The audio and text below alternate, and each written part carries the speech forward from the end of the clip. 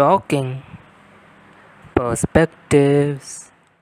Hello everyone, I am Abhinav Chandrakar. I am a PhD student in Department of Materials Engineering at IISC, Indian Institute of Science. And today I have along with me Vedang Pawar. And he is currently interning and doing a project at Bioengineering Department, IISC. So today we'll get to know a bit about him. We'll share our experiences, we'll discuss some ideas, explore some ideas, and so, firstly, let's get to know a bit about him. Then we'll discuss about what kind of show this will be because this is the first episode of this podcast, and what we expect to, how we expect it to go. So, okay, let's just start. So, before I think I get to Vedang's background, I'll also tell about how we met and how we came to plan this kind of interaction. So, initially, I think I came to know you about 3 months ago, 3 to 4 months ago, more or less. Yeah. at a dinner. Yeah. And then we had more dinners and lunches together. And during one of those times, usually when we are together, we talk about lots of things. So, one of those times, he was recommending me podcasts because he consumes a lot of content. We'll also talk on that soon, right? So, that will be interesting. That will be the most interesting part of this podcast. Sure. Yeah. Because you really consume a lot of content. Oh my god. So, and because you can give recommendations to everyone and tell about the insights you got from them, right? I try. So okay, so this was about how we started. So we decided that we can do something together. I had it in my bucket list since a long time to do a podcast. So I thought this is the time that I can get the ship sailing. I have a crew member with me who will stay. So that's how we planned that we'll do something like this. And so now coming to you, so can you tell a bit about your background, where you come from, Okay. a bit about your interests, Mhm. your recent journey, and anything else you want to share? Yeah, sure. So, hi guys. First of all, I would like to congratulate Abhinav Bhaiya, as I call him, because seriously, I mean, this is like one of my dreams come true because I genuinely wanted to talk to him. But usually we sit in a very informal setting, like we usually talk during lunches. So this is the first time I'm like genuinely talking to him outside of a lunch or with some, but we still have food with us. Yeah. So which we'll be like consuming intermittently. Yeah. So okay. So how, where you come from, and other things you want to talk about? So academically, I am a final year master student. I'm majoring in biotechnology. So my course is being offered by SPPU, which is Savitribai Pune University, earlier Pune University or University of Pune. And I've been at IISC since December of 2023.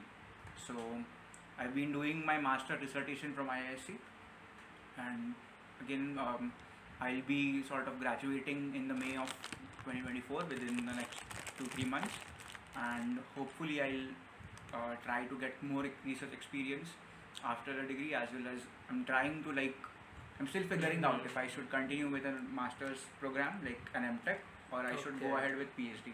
So I'm still figuring that out, but otherwise I'm very much interested in research, especially human performance research. Like I like to read more about how humans work, how humans think, and how exactly what makes us tick. Why do we do what we do? So that is something which is like always been an inspiration for me. That's something which I'm always curious about. Like why we do what we do. Like there's no point for us to just sit here and talk about things. Like I mean, no one, we don't see two dogs talk about what the other cats are saying. We don't. There is no tangible output which we are getting out of it. We aren't getting food. I mean, we have food, but it's not something which we are doing to earn money, or we are doing to this will not like help us be ahead evolutionary in any way. Like not obviously, but yeah, that is something which is something very human to us. Yeah. So I'm like always curious about these things. Okay, I see. I didn't really know you had this kind of interest like research interest, because we talked about like your plans, your career, but it never came up for some reason. And Yeah, now I am yeah. surprised that he wants to do this kind of a research. So, I mean, so this things is yeah. things come out if you have the right environment for conversations, right? Yeah. Yeah. So also I forgot to thank him for coming here for this podcast, Oh, because yeah, that got this thing started. And also, since he was discussing on his academics, he got a really good gate rank recently. So we'll also talk about it in some time. You can give some tips or tell about your experience, okay. how you prepared for it. So that will probably be very useful.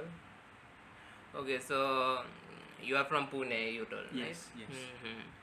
So also once I remember we were discussing some things, and your schooling had come up. It was quite interesting. Yeah.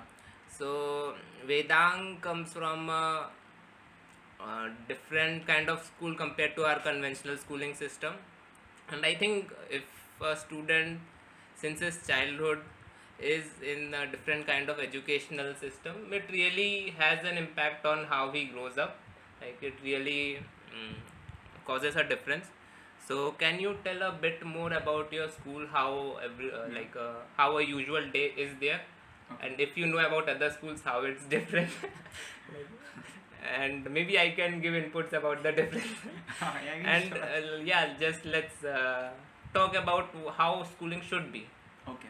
right? So I won't comment if like the school I went through. I mean, was it a better school or a worse school? I won't comment about the merit. I'll just tell what are the differences which I saw or which I observed during my schooling. So for my primary school, I went to a very conventional school. Like like you wear a uniform. Like, that's a Okay. convention, right? I Like- mean, that's a trend, but that's also a convention. So you usually have school timings. I guess they're in the morning, right? Early morning schools are like Yeah. the norm in India. Yeah, You yeah. have school like at 7:38. Usually schools are like schools start by around 7:38, Yeah. and then you have a first few periods. Then you have a short recess. Then you have a few more periods. Then you have a long recess, the lunch break, and then you have a few more classes, and you leave at around 2 or 3. Right? Yeah. So that has been my schooling till my class 4, Okay. till I was 8-9 years old. But there's a school in Pune, not in Pune, but there's like an institute called Jnana Prabodhini. So Jnana Prabodhini runs a school in the heart of Pune city, which is Jnana Prabodhini Prashala. So it is in Sadasivpet, Pune. So like if any of you all ever go to Pune, you must have seen this pink building, like this really tall pink building which has like these arches, pink arches, and like a Okay. temple-like architecture. So that's my school. So like when I first entered my school, it was in class 5th. So what happens is at the end of my 4th class, this school, Jnana Prabodhini, they conduct an entrance test, and that entrance test is similar to how MTSC or how talent search exams are conducted. So they have like these questions about your general mental ability. They have questions about mathematics, general knowledge, and a few other tests. And the objective of those tests is to sort of identify what qualities or like which skills a few students have and a few students don't. Okay. So based on that, Okay. they take an annual intake of 40 girls and 40 boys. Okay. So the first time I entered the school, I was initially like anxious about the test, but once I entered the building, I saw how different it was. So the Okay. school from outside looks like a temple, Oh. or doesn't look like a school at all. Okay. So it's like really tall, and like there you see people. So like I went there on a weekday. So what would you expect from a school? You would like what would you see when you first enter a school? Like from my own experience, a school is it's a big building with Yeah. small boxes of classrooms, few which are which have been reserved for teachers. Yeah. But in general, it's just teachers coming in, teaching their stuff, going out, Yeah. and then the next one coming in, and we are trying to do our assignments, do Yeah. our homework, Yeah. do a lot of writing, reading. So that's how school had been. And along with that, there are some arts classes, some different sports and all. Yeah. But overall, it's 8 hour 8 hour period you spend in a room. That's how I describe my experience. So, my school, I'll tell you the first thing I noticed was that it was not in the mornings. Okay, so you won't believe, I used to leave my house at 10. I used to leave my house at 10, and I used to come back by 7:30. Oh wow! That is 7:30? around 9.5 hours. Oh. You would think that okay, it's like a corporate life, right? Like it's like a corporate job where you like leave your house at 9, you come back That's at my current 7. schedule. Yeah. My current schedule. Yeah. Okay, so basically that was very intriguing, and at the same time it was very exhausting, because you won't expect any school, like usual schools, to have like such a huge working day. But when you look at what's being conducted, when you look at the timetable, the schedule, then you will understand what all they have thought before planning the schedule, before planning the curriculum at my school, which is Jnana Prabodhini. Let's call it JPP, or JP for short. Okay. Sure. So at JP, a typical day usually starts at 10:30, 11. So the timing used to switch every year, but it was around 10:30, 11. And the first thing which we used to do when we come was, so we used to come like very well fed, like breakfast and everything we used to have from home. So after that, most students would, like, some students would either come by a bicycle, rickshaw, van, like typical urban students do. Okay. So that's how I also went to the school. And so at 11, you have the first bell, and when the first bell rings, you have to form assembly lines. So the assembly lines are formed outside our classrooms. So our school, the structure of our school is, there are 6 floors in the building. Okay, but there's a different assembly for boys and girls, because boys are on the second floor, girls are on the fourth floor. The timings are same. Okay. So when the first bell rings, boys assemble outside second floor. So the actual school is just 3-4 floors big, second, third, and fourth. Everything else is the other things which JP does. Okay. So I want to tell you, like, JP did not start out as a school. It started out as a research institute. So they have been. So basically, the founder of my school, he was very much interested in sort of sharing the message of our ancient Indian philosophy and everything, like, which sort of helps us be more patriotic. So he sort of was a huge thinker, a philosopher, and a psychologist who wanted to sort of create a generation, a huge generation who would contribute for this nation, would contribute for India. And that was the inspiration behind the school. So what used to happen was, when the first bell rang, we were like given order. We were like supposed to stand in lines. Okay, like each class used to have a line, and then each line would be managed by a monitor, or what other schools may have prefects. We call it Monitors, prefects. Yeah. So these prefects are usually from class 10. So the school is from class 5th to class 10. Okay, there's no primary school.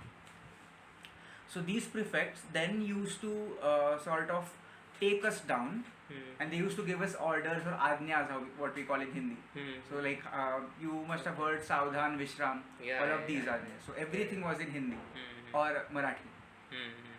And after that we used to go down. Every single day the assembly would have the assembly would last for at least half an hour, 45 minutes. Quite long. Quite exactly, long, right. yeah. That's something which really like caught me, because I used to get like really bored when I was in class 5th. But later I understood why they have such huge assemblies. So our assembly schedule, it starts with the national anthem. After the national anthem, there's usually some or the other event which is being conducted. So usually on Mondays and Tuesdays we have Bhagavad Gita, So we read through Gita, and we also read to the Marathi translation of Gita, which was done by Vinoba Bhave, which is called Gitai. Okay. So Bhagavad Gita Gitai we used to have like on Mondays and Tuesdays. On Wednesdays we used to have our school prayer. So we used to have our prayer just once. Okay, just once a week. Okay. And on other days we used to have some other event or something. But after these, there used to be a 15-20 minute slot reserved only for students. So in other schools you have like certain students come up to the stage and like probably narrate a story, say a poem, or like share some good thought. Not really in assemblies. Okay. It's very much fixed what will happen. Yeah. So there are some kinds of prayers. Then usually principal gives some announcements if there are any. We have the national anthem, of course, and I think that's it. Yeah, I mean that's it, right? Yeah. So in our school there used to be 20-minute slot. In those slots, each class, every student from each class from 5th to 10th had to present something, had to talk for at least 5 minutes in front of the entire assembly, and that happened every year. So right from my class 5th, I knew that I had to be prepared for public speaking. So we in my class 5th, I think we had to tell like a very short story or a poem. In class 6th, 7th, you have some advanced topics. Like for example, you have to talk on a topic for longer than 5 minutes. In class 8th or 9th, you probably have to present a philosophical thought. In class 10, it could be something else. So that used to happen quite frequently. Good, Yeah. So every student knows he'll have to prepare and get ready. He'll get a chance to do new things. So it's really nice. Definitely. And every student will get a chance at least once every year. At least once every year. So like even if you don't want to, you would have to talk for 6 times throughout your schooling. I think very few schools actually give this chance to many students. Most students so it was very obvious for like us to like just go to any crowd and start speaking. I think my school taught me that. Another thing which used to happen is after assembly, we used to have one entire session of like 45 minutes where we used to just talk to the teacher, and that teacher like the 0th period, which we call, and that teacher was supposed to be our mentor. So we used to have a mentor session. So if like anyone wants to talk about anything, any free stuff, any problems they are facing, we were given slot at least twice every week. That used to happen. Okay. And after that, so this is like around 12:30ish. So now we have 1.5 hours left before we go to lunch.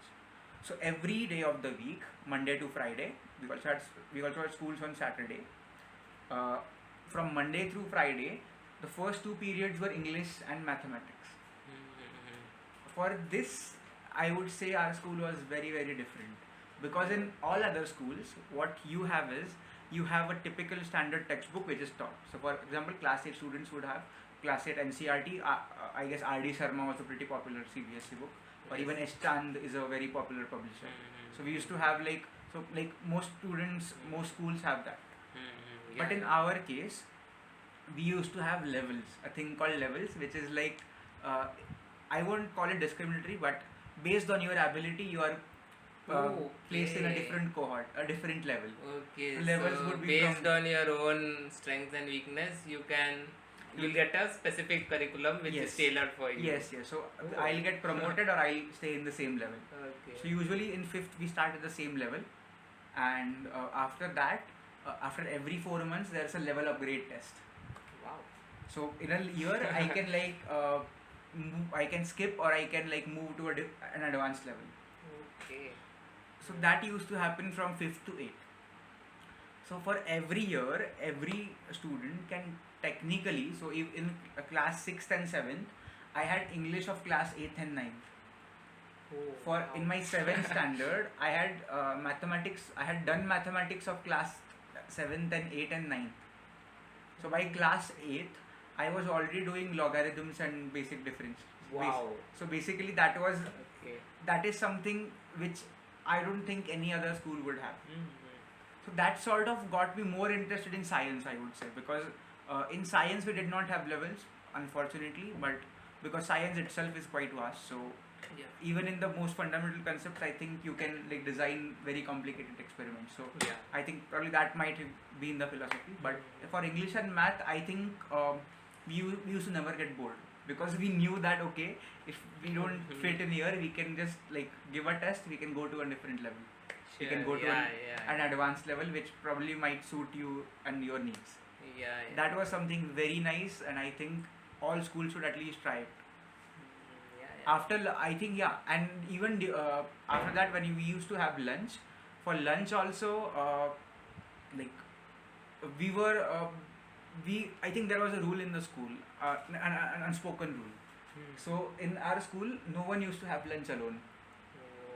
You touched upon it. So basically everyone, like, it was sort of like an ingrained philosophy that if like someone is alone, you would usually go to them with your food, and you wouldn't let them have food alone. You would always have food with someone. Okay. That sort of trigger stimulates more and more discussions. Yeah. Because it's not like lunch break is not just for eating food, it's also for socializing. It's also for bonding over things. It's also for sort of relieving your stress. So we used to have like an hour-long lunch break. I think no other school usually has like. I remember we used to like quickly have to grab our food, just put it in and run if we wanted to play anything. Or afterwards, what we used to do, we used to just play with our tiffin boxes. So we'll just carry it and keep running around while we are eating. Exactly. That was very common, and we became quite good at running around while eating our food. But now it's good to have longer lunch breaks. Yeah. So I mean, lunch breaks were always special for me. Like if you take any lunch break, because I knew that if it's a lunch break, I won't be like worrying about anything. I would have friends to talk to. I would have people I can just go approach and talk about other things other than studies. So that was like a very much needed break. And after that, we used to have our typical lectures till like 5 p.m. or something. And after that, every day Monday through Friday, we used to have a 2-hour session dedicated to just sports or physical activity. Wow. Every day. Okay. So that was the reason why I used to leave my house at 9:30 and come back by 7:30. Because every day we used to have some or the other sports event or some PE or physical activity. And you won't believe, our school doesn't have a ground. Okay. So ours is probably a few of the only schools. So what we used to do is, we used to go to, there are different grounds near our school. So there's SP College, a pretty famous college in Pune. There's New English School. Okay. New English School was founded by Lokmanya Tilak. So it has like a pretty big ground. We used to go there, or we used to go to SP College. And we used to play there. We had like proper rental agreements with those, that in these 2 hours, kids from Jnana Prabodhini will come and play. So no one else can play at those times. Good. So that was a very big advantage I think we had. And even like during our sports time, it wasn't just like individual sports. So in the sports, every sports day or like every PE session, we always used to have group team sports or team games. No one was like no one used to like complain a lot, because everyone wanted, like later on, everyone wanted to be a part of the team. So like because that feels entirely different, right? And everything what we learned about the school philosophy, we learned through sports and games. Because there were so many games, like Indian games. Okay, I have like you name any Indian team game, I might have played it. There's a very high chance. You call kabaddi, kho-kho, vitti dandu, atapatya. There's this game called atapatya in Maharashtra, or like any major game you say, we had played it. I know this gilli danda. Gilli danda. I might have played a couple of times, but and along with it, we also used to play football, cricket, volleyball, basketball, all of your standard sports, handball, football. So I remember those were the times when I used to enjoy. I used to talk to people, and who used to teach us these sports. These weren't like some assigned gym teachers. These weren't those. These were our own school alumni. Oh wow! Who had like, some of them were like just 16 years, 17 year old, like who had just graduated school. and they are coming back to teach the same things which they had learned from their seniors. It's like a That's tradition. great. Yeah, yeah. And it is not just beneficial for us, because these people are not like some 40-year-old uncles who are teaching us. These are someone we can associate with, because these guys have gone through the same things which we are going. So they can relate to us. They can associate very nicely with us. They can bond. Yes. Right. Yes, yeah. So that is That something makes sense. which I think makes it very different. And most Yeah, students, like, they want to emulate these guys. We used to call them dadas, or like elder brother in Bengali or Maharashtra. So every day after sports, we used to have like we have like a very rich literature published by members from the school, and also other people who have been associated with the school, or very famous songs. So these used to be of patriotic nature, or they used to be singing about different things, which are like very nice. Like some of them, there's a song called Vigyan Geet, which you can search on YouTube right now. Oh, So okay. it is just a song to make people aware of science, about science, to make people interested in science. Then there is also like several geets, several padya, as we call them, dedicated to Swami Vivekananda, dedicated to Arvinda, Shivaji Maharaj. Shivaji Maharaj is a very big figure in Maharashtra. So all of these were meant for us to become not just idols, but like someone who can emulate. So we used to have like these leaders as our inspiration. Like every day we used to sing about them. Like you have to become like that person. You have to become like Swami Vivekananda. Yeah, yeah. You So have that to your do past Exactly. achievements, the culture that has come to be, the rich culture is continued. The legacy goes on. I That's think great. I think that's what the school taught me, is that you should never aim low. You should be someone like Shivaji Maharaj, or you should try to like emulate a part of his identity into yours. Yeah. You should do something like, what if Shivaji Maharaj was here, what would he have done? That is something which you should aim for. I think that is one of the biggest lessons my school taught me. Okay, I see. And I guess along with that, we also used to like celebrate tradition a lot. So I think everything, like we used to have like everything. We used to have personal development classes. We used to have like, I can keep on going, like I can talk just about my school for like several hours, but it No, was it's like fine, a it's very fine, I think enriching and intensive experience. One of the most molding experience in my life. Okay, I see. That was quite interesting. I have to say. Yeah. Have somewhat. Thank you. So I knew that your schooling experience was really unique, really interesting. But I just knew some surface details. I guess now I got to know a very detailed. Another thing I missed out is we don't have any Description of it. uniforms. Like we don't have uniforms yeah. on weekdays.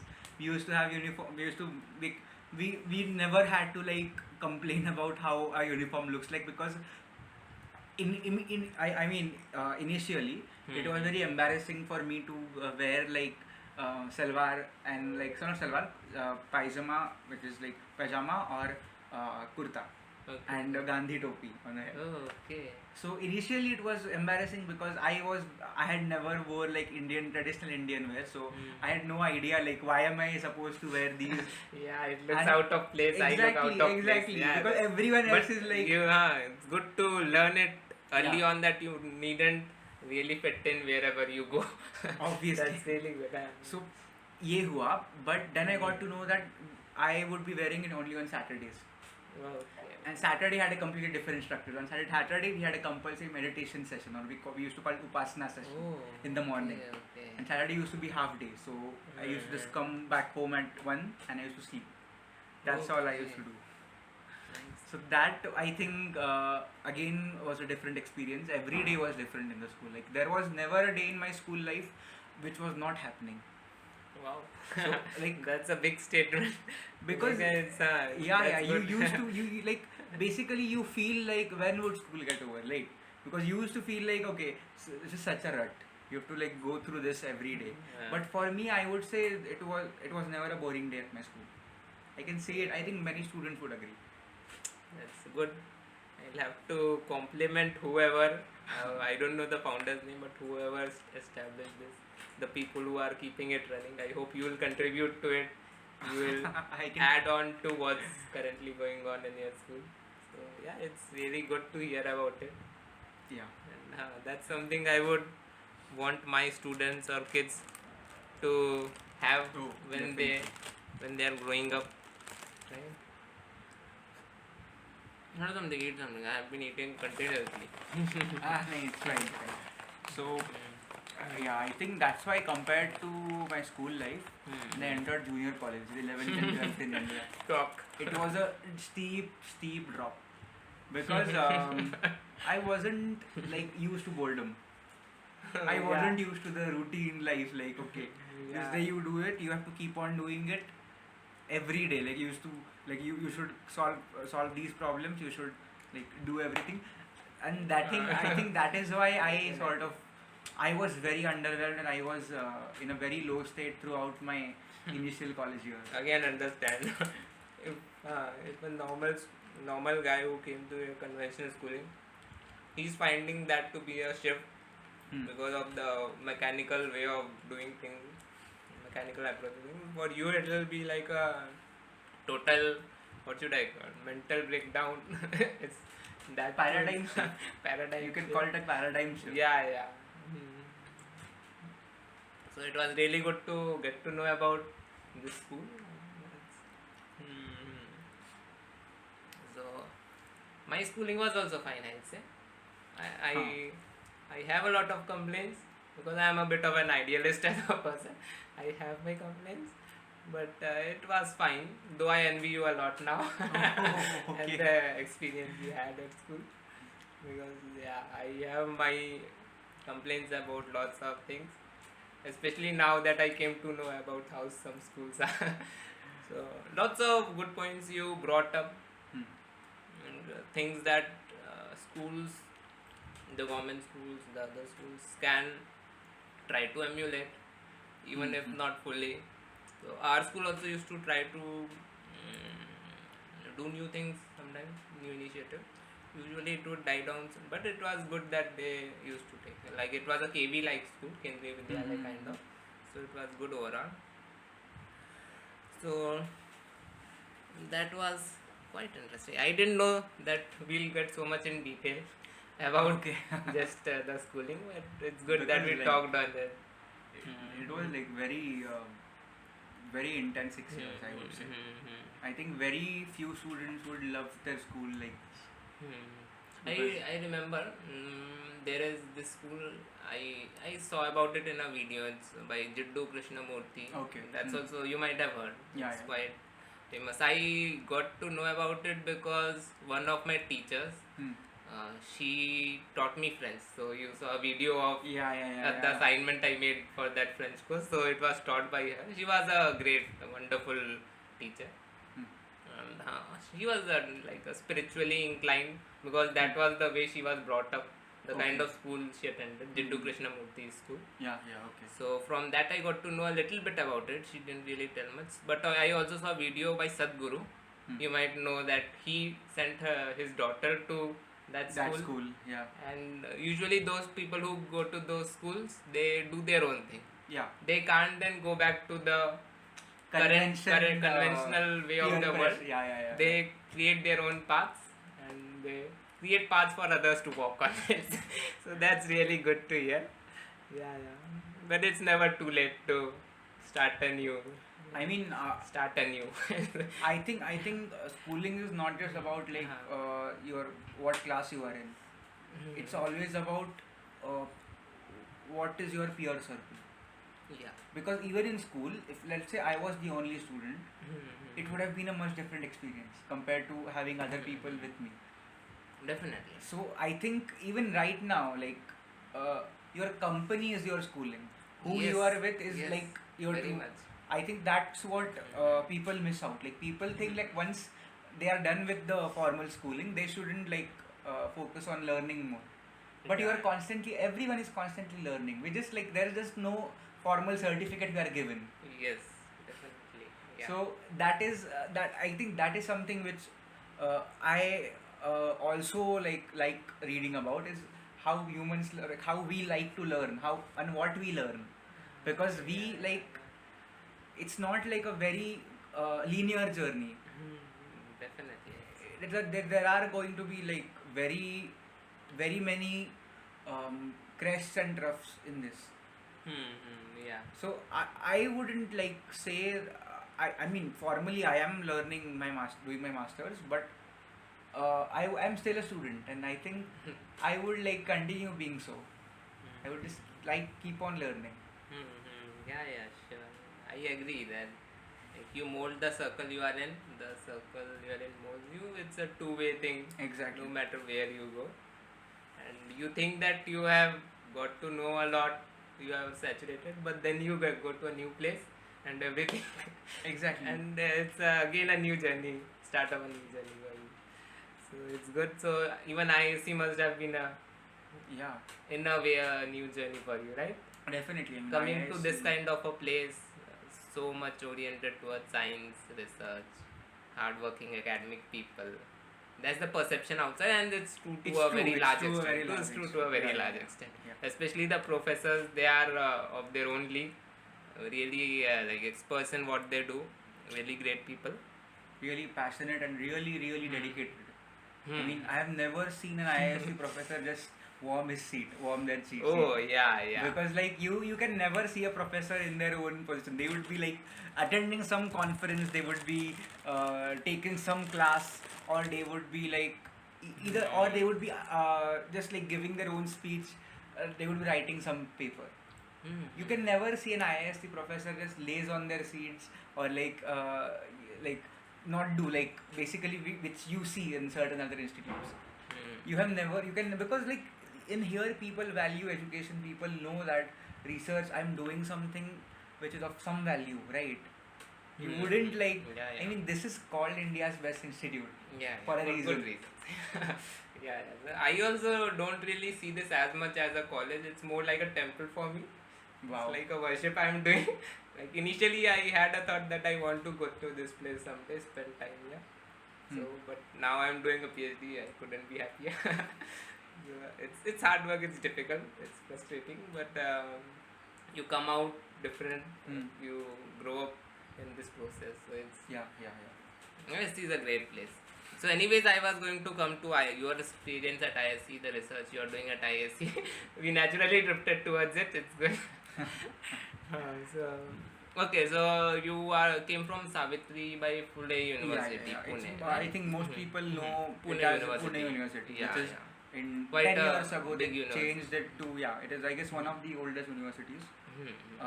And it is quite a popular one. I think most people have been associated with the university.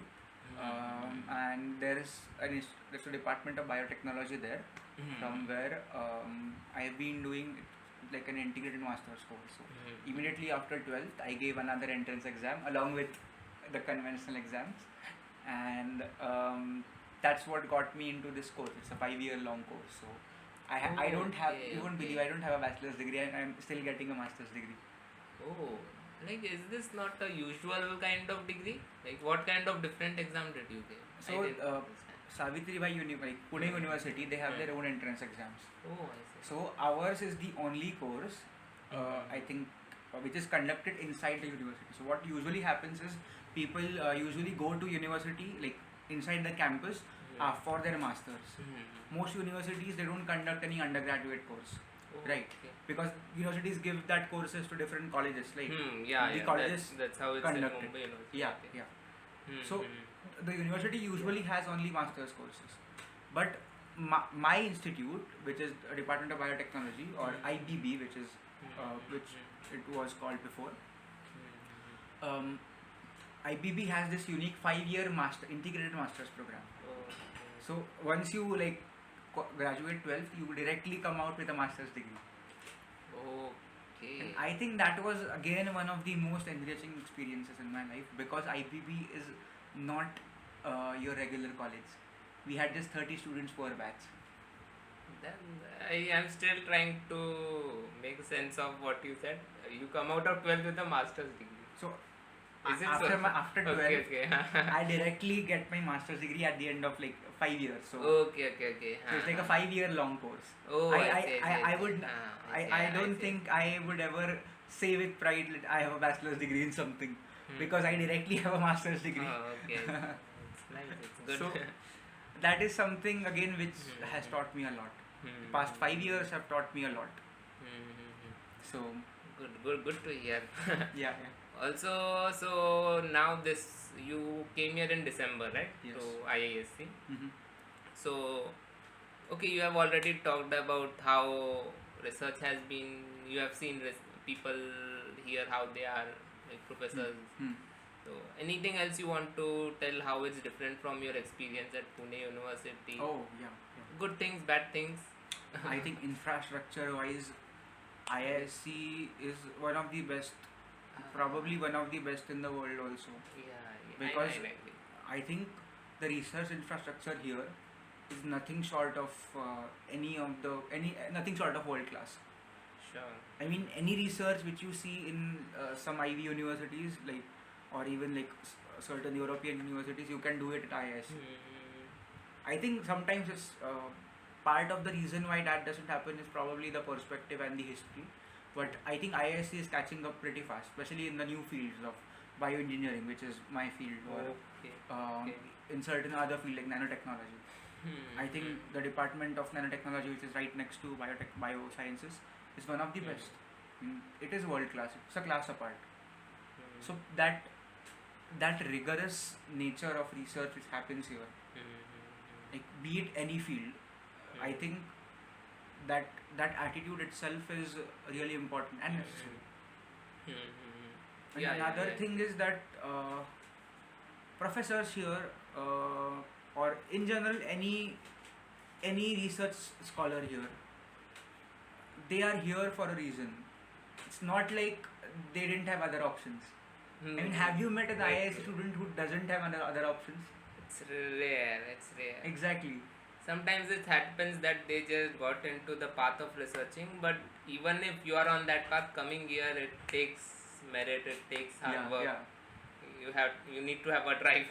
So yeah, everyone comes here with their purpose. Exactly. Very few people are here because for compromise. Most people, I would say almost everyone here is on their own choice. It's because of their own decision to pursue research, and I think that alone is a huge indicator of where IISc stands versus where other institutes stand. Because you can get PhD scholars throughout the country, right? But that's the difference. When you are IISc, you are not just a scholar, you are an IISc scholar. You become part of this community. And IISc community, so I had a friend, I was a college friend. That friend, so his dad did his PhD in microbiology, I guess, from IISc in 1992. And all of the friends, they started out here, but all of them are now spread out across 6 continents. But still, they managed to meet each other every few years. And they would meet in like some random place, like randomest place you can imagine. Like they would sometime meet in Prague, or they would meet in South Africa. So like that's the legacy of IISc. Yeah. Once you are inside, you know that you are with people. Some of the people you are around, these people would one day probably win a Nobel Prize. Probably do something as good as COVID, discovering the COVID vaccine. Sure. I mean, you make connections which will last. Exactly. With great people. Great in the sense the people, not just academically, but in the way they are. Other aspects also. They really, I'd say that the people here are a bit different. If you just compare it with the general crowd, you will see that this guy, not just the academics, but the way they are. Usually they are a bit soft, I feel. Like really humble. Yeah. So those characters are the reserved people. So it's good to have friends of those kinds also. Also, you touched upon just how what the kind of people that are in a place are more important than the infrastructure. Other aspects, material aspects of it. So, and I'll agree. Like if you have to attribute one one reason why ISC is so great, so a level apart from other institutions, is the people. It's just the density of really esteemed people, really driven, hardworking, like really those who are here with a purpose. So dense here that naturally there is a culture of doing great Yeah. work.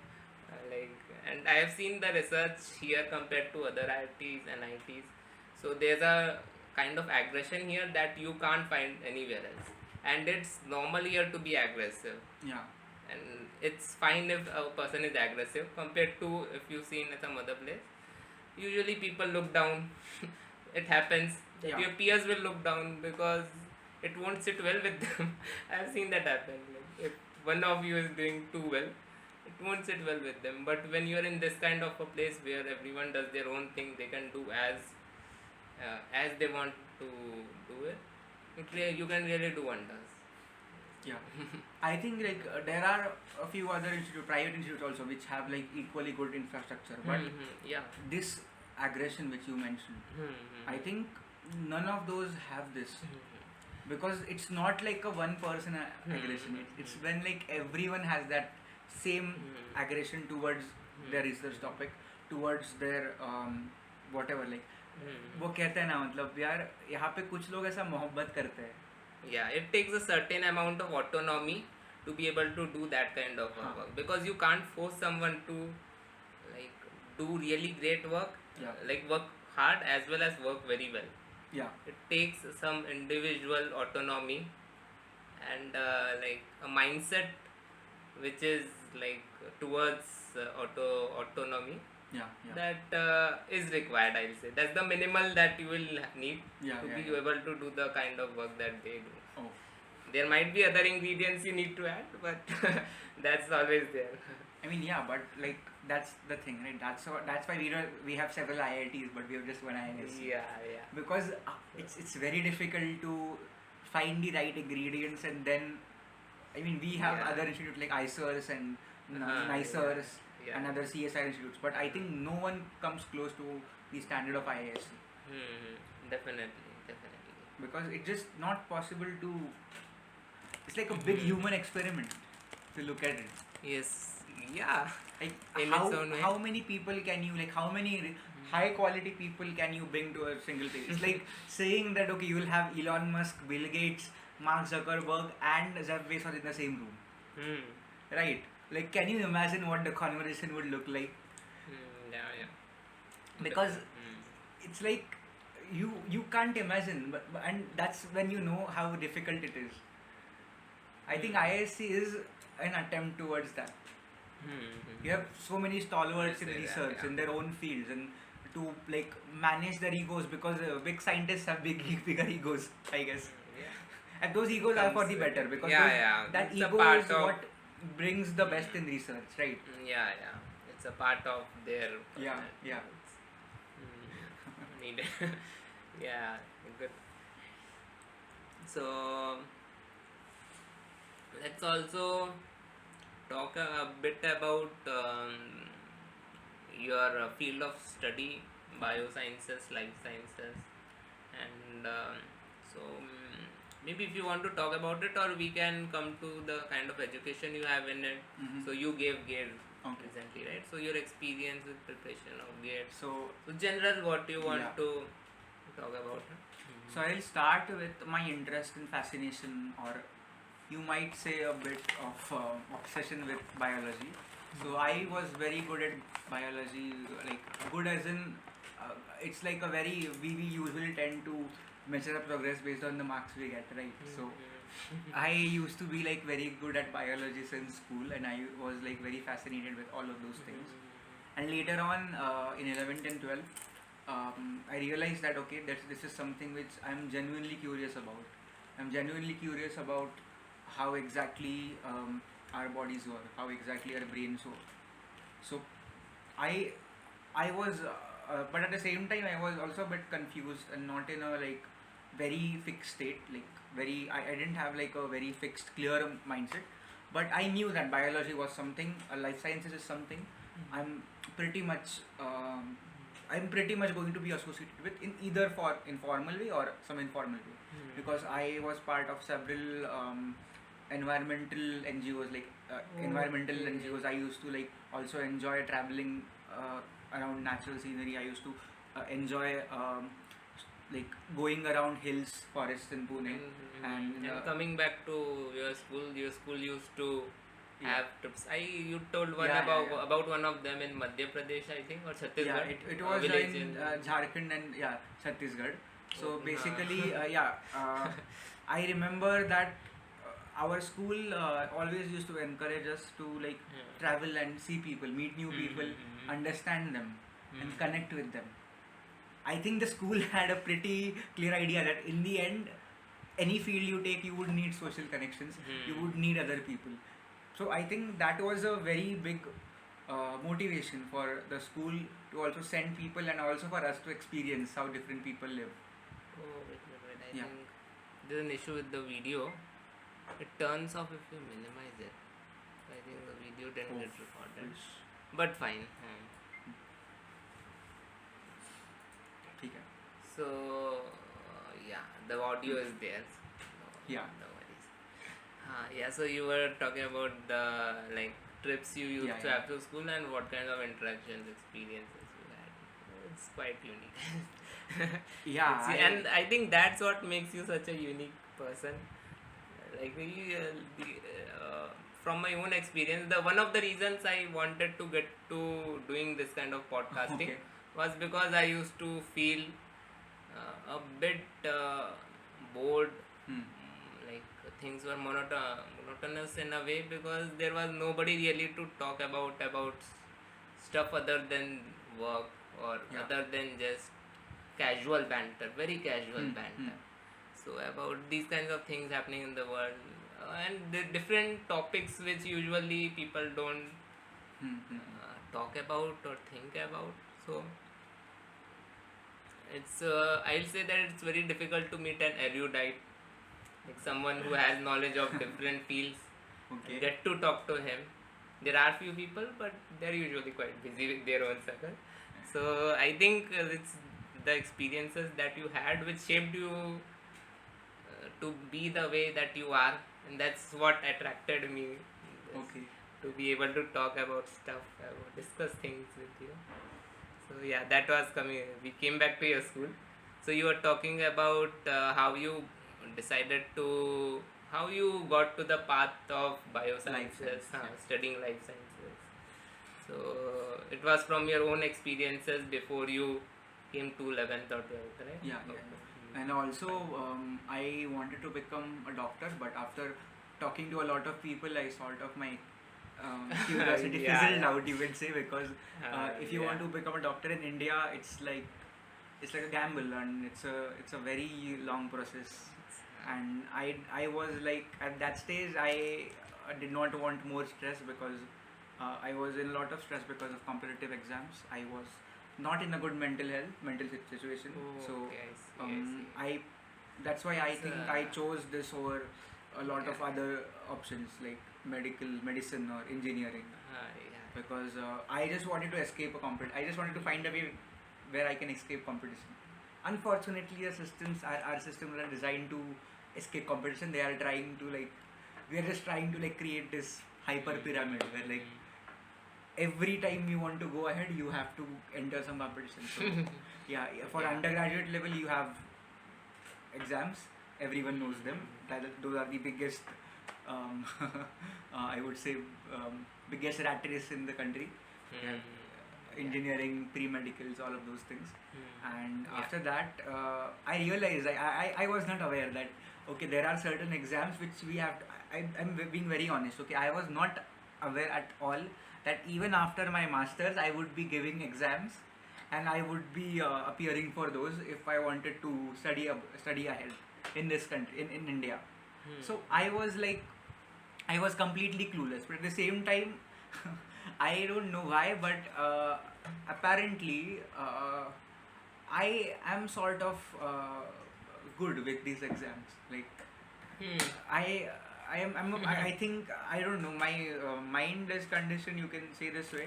I mean, these exams, like most of the exams which you appear for, I don't think that they test your intelligence most of the times. They test a lot of other things.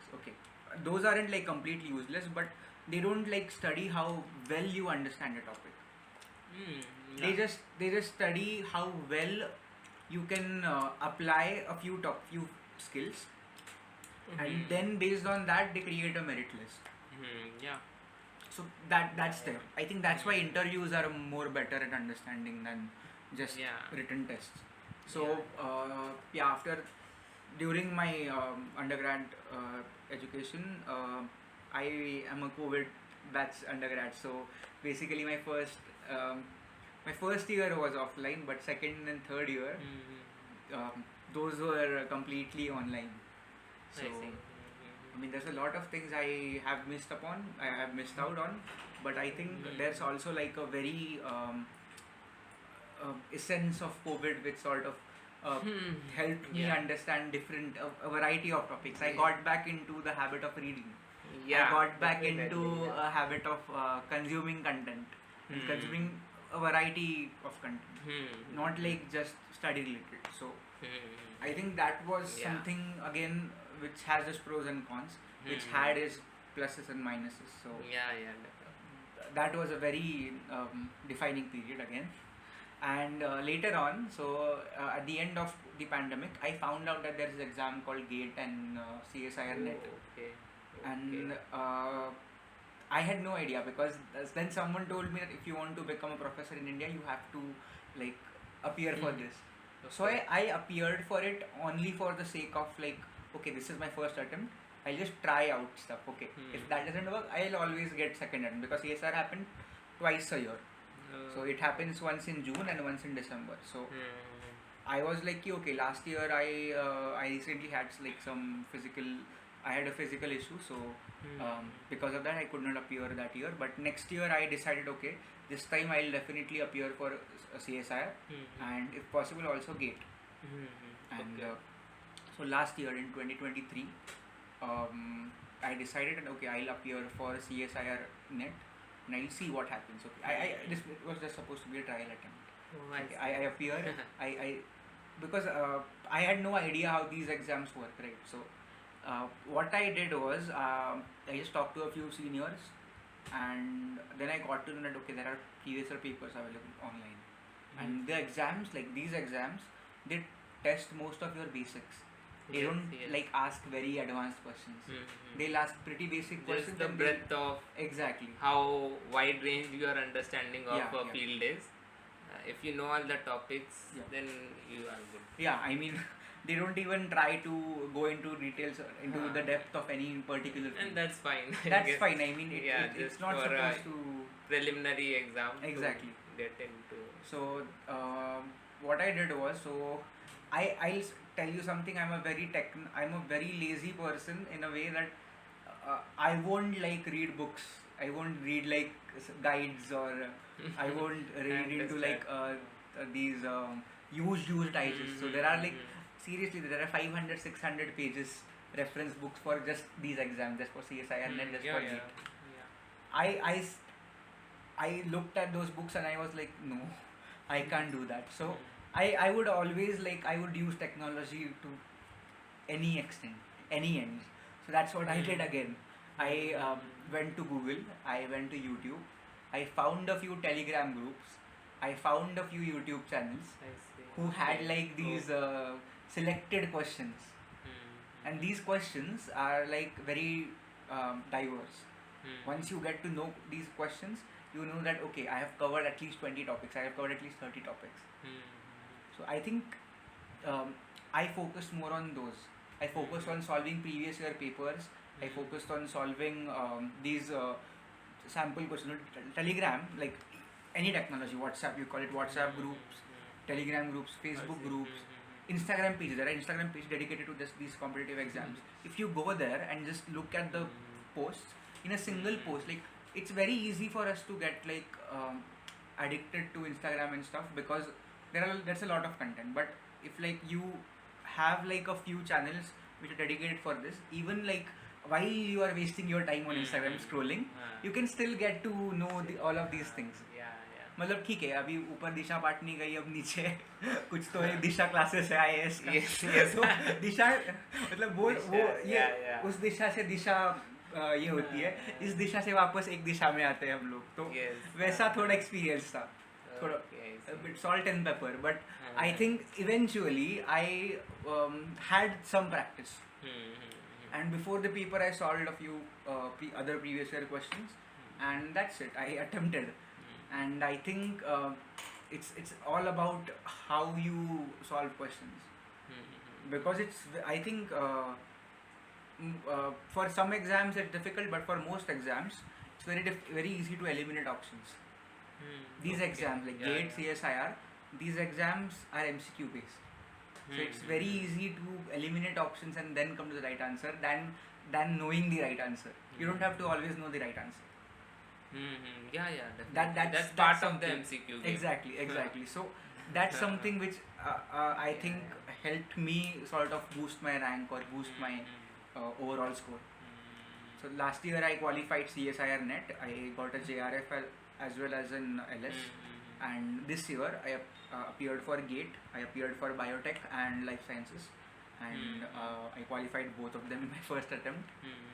There's a luck factor as well, based on like what age you, because everything was sort of fresh for me last year, right? So I knew sort of what questions could be asked and what topics, because if let's say I had like appeared for GATE or CSIR 5 years from now, where like I am like long, I haven't but like I don't know if this is the right time to appear or not, and I am like detached entirely. College life is like a distant past. If I appear in these exams at such a point, then it would have been a disaster. Yeah. If you asked me to appear for NEET this year, I wouldn't, or even JEE. Yeah. I doubt if like I could even pass the exam, because definitely. it's like a distant past. It's a distance. It's Yeah. a different skill set that you had mastered at the time, Exactly. and then you lost touch with it. Yeah. You are doing something else now, so you Yeah. definitely lose touch. So I think this is very important in these exams. Rather than just, they don't test your intelligence, they test all of these skills. If you ask me to appear for UPSC next year, probably even a year after that, I would be comfortable. But let's say I work somewhere for 5-6 years and then you ask me to appear for UPSC, then it's going to be very difficult. I think that's why for competitive exams like these, there's an age beyond which it's not advisable to get into this, because the brain is not that efficient. You have 100 other things to worry about. So yeah. And exams I are don't believe in- usually the first step, preliminary step Yeah. to doing things. Exactly. So if you are on the other side of it, that means you are just studying. Yeah. So you are yet to start doing stuff. So it's usually better not to go for these at later stage in life. Right? And the thing about exams which you talked about is there, that you need to have it fresh in your mind. Yeah, definitely. That's what they test. And maximum, I think I'm not a fan of like too many attempts. So I think either 1 or 2 attempts. If you still can't figure it out, I think it's like you have to move on. Fine. So even if let's say I I like wouldn't it. have qualified in my first attempt, I would have given 1 more attempt max, but I wouldn't have pursued only for the sake of just clearing it. Just Because being at the top of the then the aim becomes clearing the exam. You have not about what you would do after it. I like these. So I like the totally to that. It's difficult to wrap your mind around for others, Yeah. those who are in that process. But in the long term, it's better to move on. Once you have learned something, do something else. Yeah. We have some food. Oh, okay. Even you have. Okay. I am having it continuously. So it's good. You got gate rank some 42, 46 in 46 life in sciences. life sciences, and 200 something in biotech. No. It was 696 in biotech. 696. Okay, it's good. So again, I mean, it's very easy for me to say that ranks don't matter, but I think seriously rank shouldn't matter, because Yeah. it gives this false sense of superiority or Yeah, you should know inferiority. there's more, more to the world. than Yeah, this. yeah. It's important. And every year there's going to be some rank one. Every year, that doesn't mean that that person is like incredible at something. Yeah. Or that person has done something out of the world. I think most people think that okay, if that person is AIR one, that person is like has like this halo around them.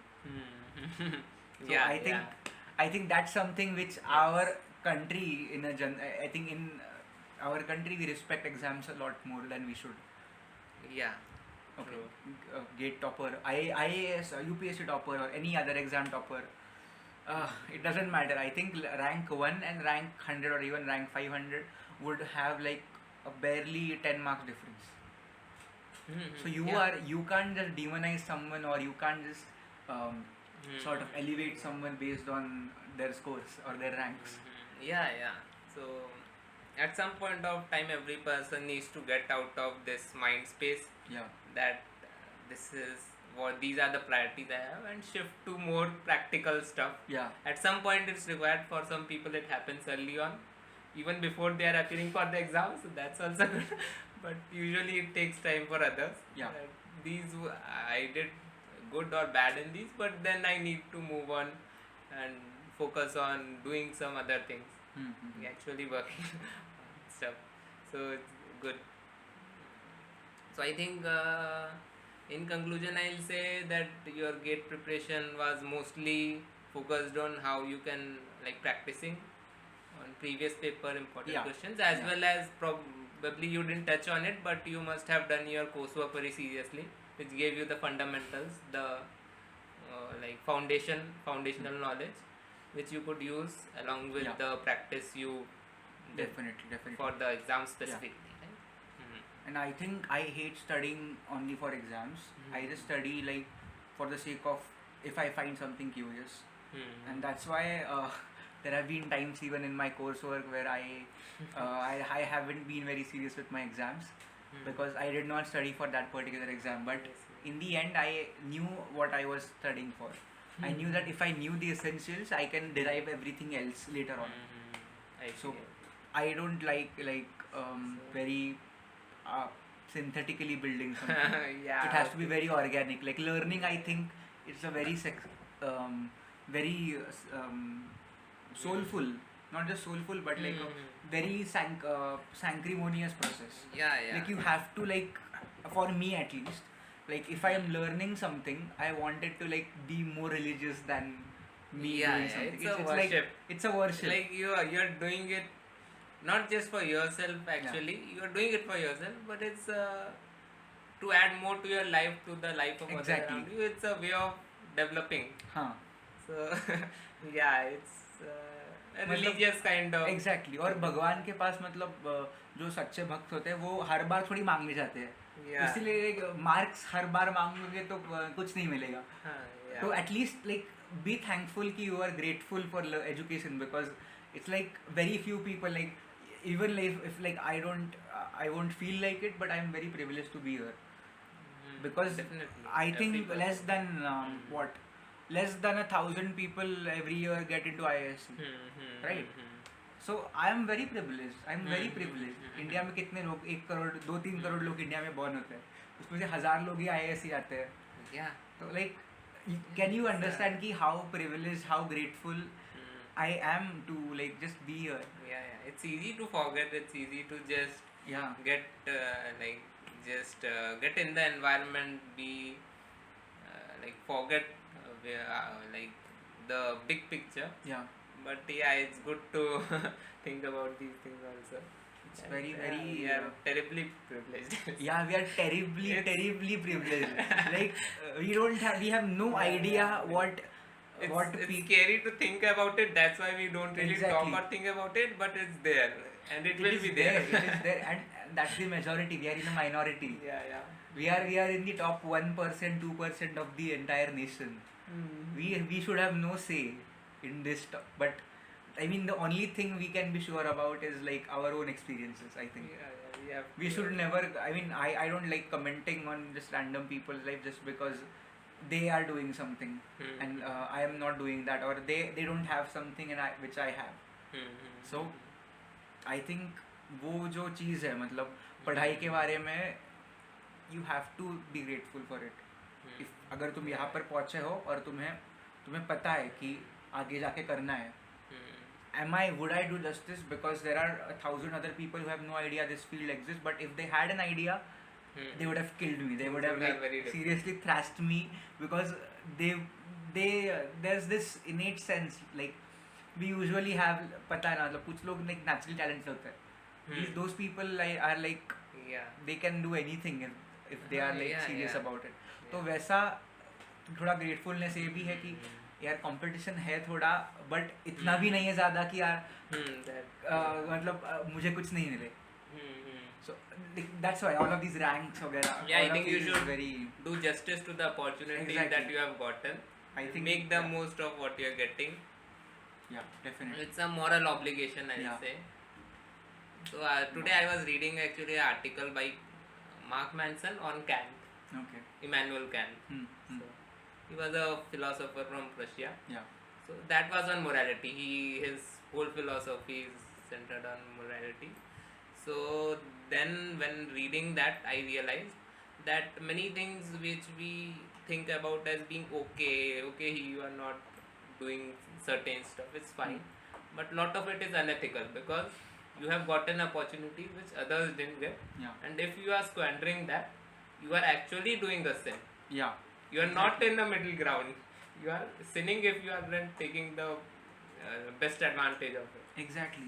So it's good to have that kind of perspective on things, so that you have a sense of direction, actual direction of how you are, how your trajectory is, where you really stand. Right? I think that's why I'm like every day I'm grateful towards this. And once you know that okay, you are grateful for this, I think perspective थोड़ा automatically आ जाता है कभी कभी. तो पता चल जाता है that what you are doing, it's not like a very ordinary thing. It's actually easy to indulge in many entertainment or recreational stuff because you have the luxury. But it's easy to get in that zone. But you need to also remember, look at the big picture, the bigger world view, to be able to do justice to the things that you have gotten, the kind of education or all other things that you receive. I think I mean that this conversation I think is like also been an eye opener for me, because I would have never realized what I just said, like the gravity of it. We usually shy from being so honest, so bare. I mean, I would like seriously. There are certain things I am like pretty unhinged about, but I never realized that this is sort of like an opportunity for me to reflect, to self-reflect on where I am, what am I doing. Yeah, sure. Same for me. Yeah, I think you are a mirror for me and I am for you. Yeah. Better than a mirror, definitely. So that's there. It's like the past hour we've been talking. It's like a retrospection as well as like a big like an experience where like I can genuinely reflect upon everything which I have done, I have achieved. I have been fortunate enough to experience. So thank you so much for many times we just get stuck to a particular zone because of the people around, because of the busyness of life. So it's good to get detached, look back at things, have a like change in perspective, and then again plan to move ahead. True. It's good. Very good. So should we talk a bit more on things or close it for now? Let's just finish. Okay, you can continue, then we can finish with one topic, and then later on we can. No, I wanted to ask what book are you reading? Like, what's the latest book I'm reading. You just mentioned the Mark Manson thing. So this was an article I just came across a week ago. Seriously, I didn't get. It's a not so long article, 10-minute read, I'll say, Okay. at max. I didn't get time to read it the whole week. So I have made a WhatsApp group of like interesting stuff, interesting like contents. I just put it there. Okay. At some point of time, maybe on weekends, when my mind is like Clutter free. Clutter free, I have time to. Then I go back to those things. It's good to like keep on trying to be exposed to new things and not really just go with the flow of work. Yeah, definitely, because I think in this field at least, the work can be so consuming. There's a if you don't actively seek out, if you don't actively go out, you don't know how much you are missing out on. You won't know how much you're missing out on things, and it's easy to just go in the day, take the easy road, right? Like take the easy road, I'll say. But then if you try out other things also, then you can probably do better in the long term. You can yourself develop better in the long term, I'll say. So you were asking about the books I read. I mean, which is the book which sort of had a huge impact on you, recently, which you read, like, which is like fresh off the boat? That had a big impact on me. That's a difficult question, I will say. It's a very personal question, that's why it's very difficult. I can talk about the books I have read recently, maybe then. So it's not coming in the video, but I have many books on both sides of my table lined up. So I like to have, like, I always thought that I'll have a library once I have enough resources. Wow. Slowly I am getting books to fill up the table. So I recently read this book Anand Mat by Bankim Chandra Chattopadhyay. And it was a good book in its own way. It's about late 1700s. This Sanatan revolution. So it's has lot of freedom fighting vibes, lot of spiritual also in a way, but more of freedom fighting vibes. So it was quite good. Then I only chose those books that really engage me. So I can just look at the books around Elon Musk biography. That was really one of a kind. So if you want to think about how you should work, or how important work should be for you, then you have the gold standard right in front. Inspirational people. Gold standard, Then I read. I've been reading this book, 40 Rules of Love. I told you. Beautiful book. It's seriously beautiful, by Elif Shafak. She's a Turkish writer. So that's really nice. I have read it halfway. Today I'll read a bit more of it. Interesting. It's about it's related to philosophy. It's a story of two people. One is Rumi. You might be knowing. He's a very popular poet. Sufi. Sufi poet. It's totally about Sufism actually. The theme is Sufism. So it's about Rumi, and there's another character called Sham, who's a dervish, kind of a wandering saint.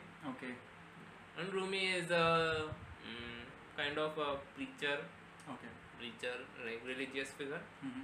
So it's about their own story of their own, how they gathered wisdom, I will say. So it's a story about the city. I can't recall the Istanbul. city. No, it's some city. Like, it's been a week since I read. But it's a very beautiful book. Really one of a kind, I'd say. And other than that, I've been reading some books like I got this Emotional Intelligence by Daniel Goleman. once in a while I just take a look. Yeah. Then about the book Modern Hustle, uh, same as ever. Same as ever. Yeah. That's more a bit finance oriented, but it's also philosophical and practical. Yeah. More on the practical side. Like it talks about things which never change, which it's good to know about, like human behavior. Yeah. It's been eras, but we are still the same. Much We are closer. still learning. We don't know how humans. Still the same, maybe worse than how we used to be at some point of time. Maybe better than better than a lot of things. Worse than a lot of things. in terms of behavior, not just technology. Technologically, we have advanced considerably. Yeah. We might not. Some people might not really acknowledge it, but considerably. Because now coming to technology, I can realize I read Tesla's biography, autobiography. Yeah. Nikola Tesla's 150-page book. I talked about with you. So if you want to like read get to know the progress of technology, like how technology progresses from the view of someone who actually was the one who brought about lots of new earlier things which were never envisaged. He brought them about by himself.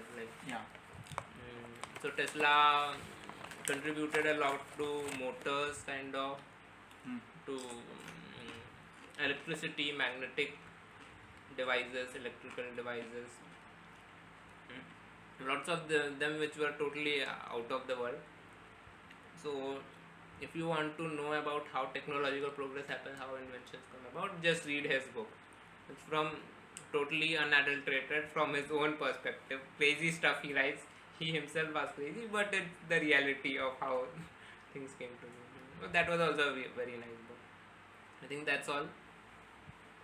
That's the special thing about books, right? You aren't just living your own life.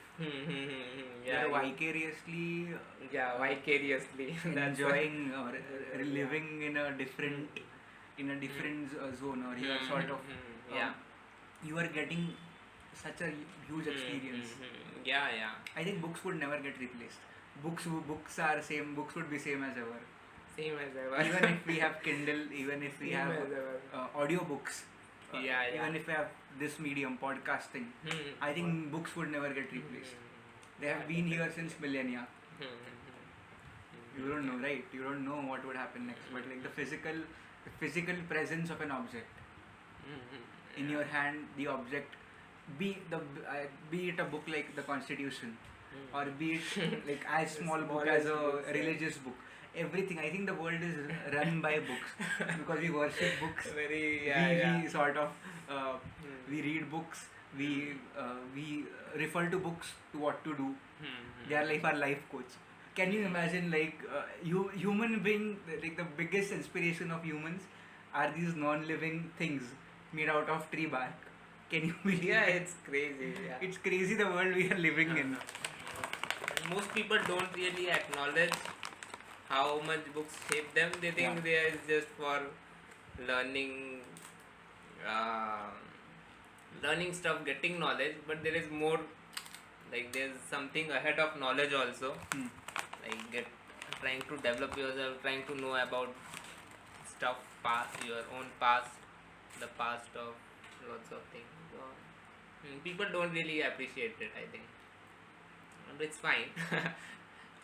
So I'll agree with that. It's more like a key that you have. It's really small, but it can open a door to a whole new world. You can live multiple lives in just your own. Just a week. In just a week, 1,000 lives in one lifetime. There was a professor of English who had told this. So I remembered that. I'll agree. So one of the, I think, smallest habits that I inculcated, it was because of my mother when I was very small. It was because of my mother. She inculcated this habit of reading. She used to buy you books. Comics we used to read together, and that shaped me in a big way. That helped me in a big way. At multiple junctures of my life, I was terribly hopeless, I was terribly confused, and books were always there to guide me. I think personally, I feel compared to other people, like mostly people don't need books to learn, don't need books to maybe get improve or just go about. Yeah. But for me, I feel books and literal stuff, they help me learn and develop better than other non-verbal interaction with other people. So personally, I am quite grateful for that, for having this habit. I think books are something else. If you like, we can just talk about books in a different session. But like, I totally agree with you. I was planning to buy to talk about it later because I knew that this will stretch a lot, but no issue. No issue. Okay, audience cut. No cutting. We'll shift something to that. So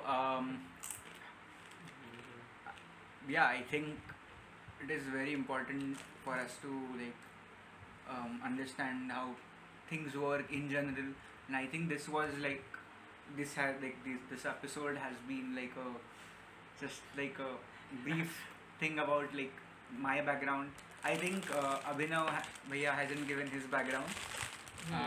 I sort of would like to ask him if he can just share about where he comes from and what he has done and what he is doing at IISC.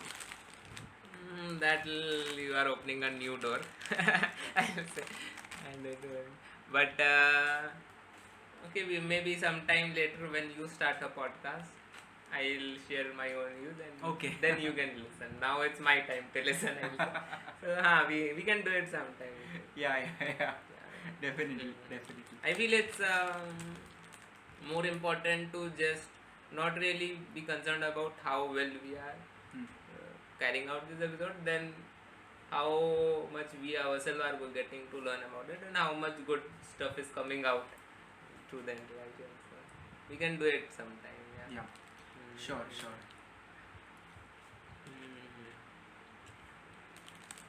I think with that we can wrap up.